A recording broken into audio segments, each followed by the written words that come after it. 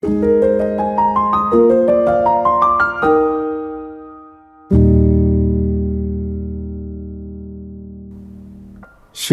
Bapak Ibu dan Saudara sekalian. Kita berbahagia dalam lindungan tangan Tuhan. Saya yakin Anda dan saya juga menerima berkat-berkat-Nya. Mari kita bersama berdoa.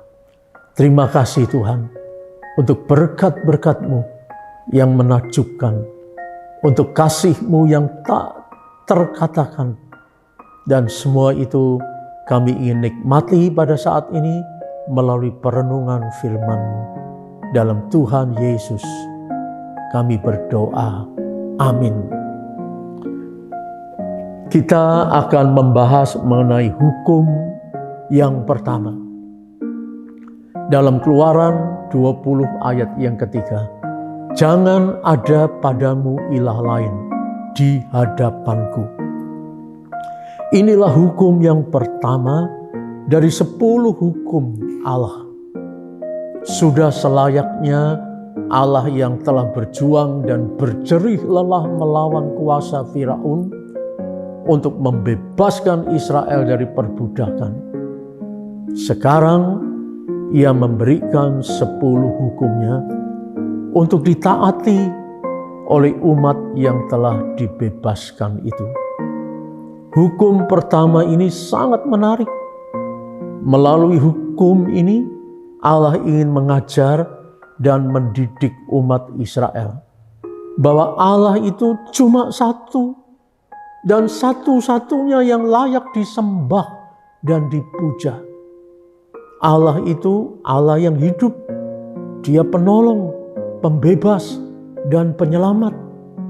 Allah yang menciptakan dan memiliki kuasa atas seluruh ciptaannya. Pencipta dunia dan isinya, ya hanya satu saja, yaitu Allah yang berkuasa atas hidup dan kehidupan serta kematian, juga cuma satu, yaitu Allah. Allah adalah Sang Pencipta.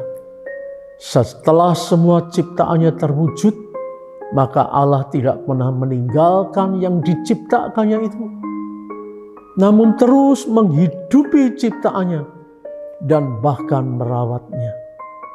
Itu sebabnya Allah meminta agar jangan ada padamu ilah lain di hadapanku.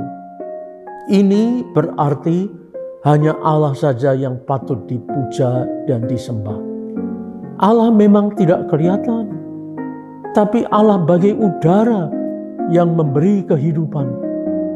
Ia tidak kelihatan, tapi Ia bagai angin yang bertiup memberi kesejukan dan bisa mengakibatkan penyerbukan pada banyak tanaman-tanaman.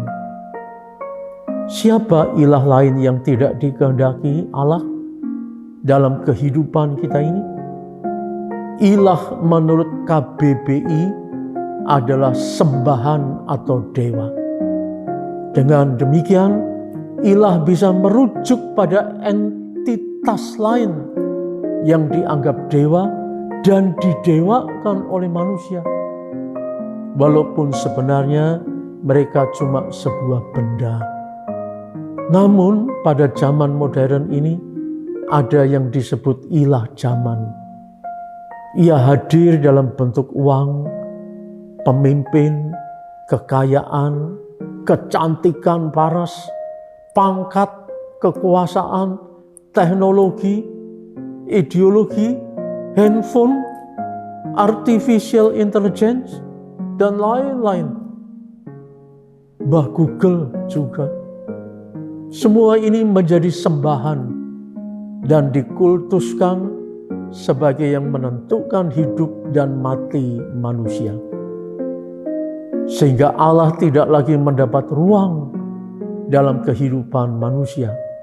Padahal Allah lah saja yang patut disembah dan dipuja. Manusia memang membutuhkan uang dan sebagainya, seperti yang dikatakan di atas tadi. Namun itu bukan yang menentukan hidup dan mati kita.